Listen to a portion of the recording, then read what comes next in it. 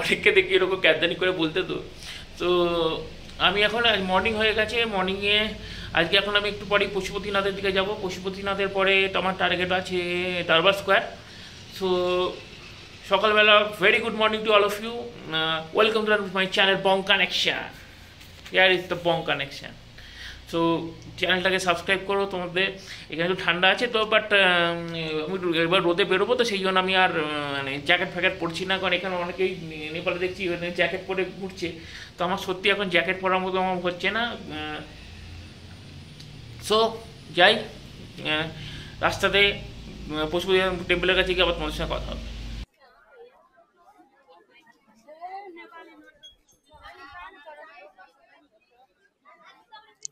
মন্দিরের আশেপাশে আপনারা বিভিন্ন ধরনের মোমেন্টও দেখতে পাবেন, পুজোর সামগ্রী আছে।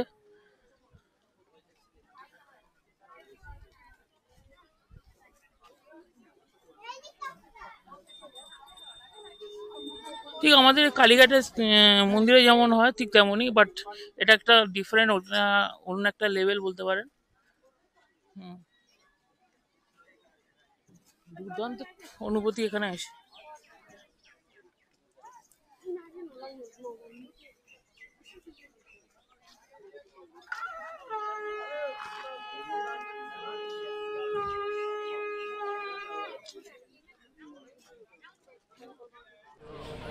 সো ফ্রেন্ডস, এখন আমি এসে গেছি পুজো দিতে। দেখে নাও হাতে। তো এখানে সেই আমাদের ওখানে কালীঘাটের মতোই যেমন সেই টাট পূরণ হয় পুজো দেওয়ার জন্য, ঠিক তেমনই ব্যবহার হয়ে আছে। তো যাচ্ছি এখন পশুপতিনাথ বাবার কাছে। আমি একটু পরে তোমাদের মন্দিরের ভিতরে বাইরে আউটসাইডগুলো ভিডিও সিনেমেটিক শট দেবো। তার চলি পুজোটা করে নিই, তারপরে তোমাদের সাথে আবার কথা হবে।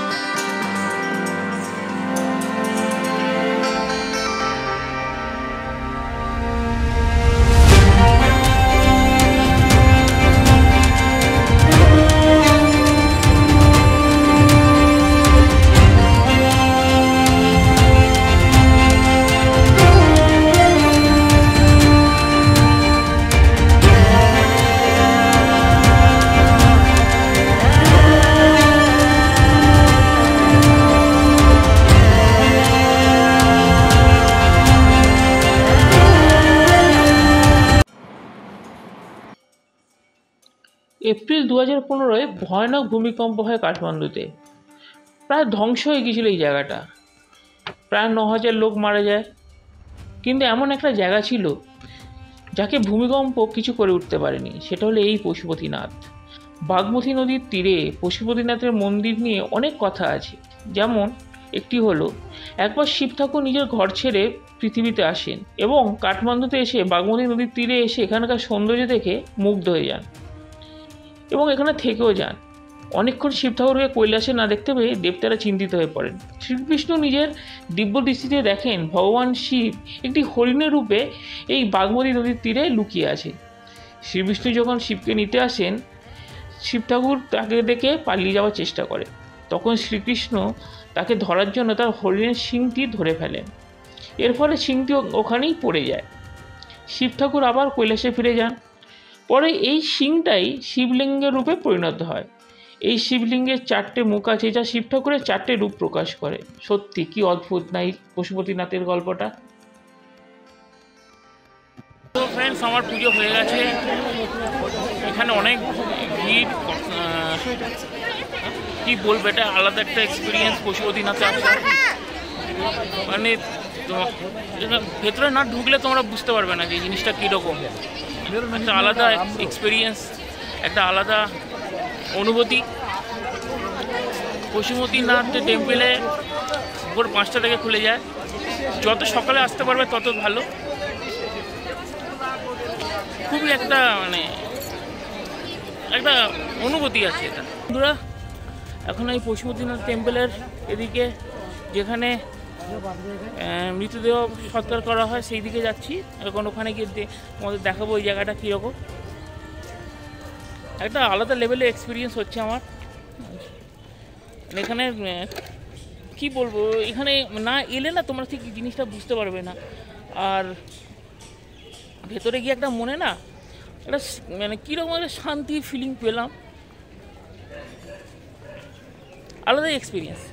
পশুপতিনাথের টেম্পল, যেখানে আপনারা দেখলেন মৃতদেহ সৎকার করা হচ্ছে, একটা কি বলবো, একটা আলাদা এক্সপিরিয়েন্স। পুজোর পরে এখানে মান্যতা আছে যে পশুপতিনাথের যারা সৎকার করে তাদের স্বর্গের জায়গা হয়। তো এইখানে সেই হিসেবে এখানে নেপালিরা যারা থাকেন তারা এখানে সৎকার করে থাকেন। তো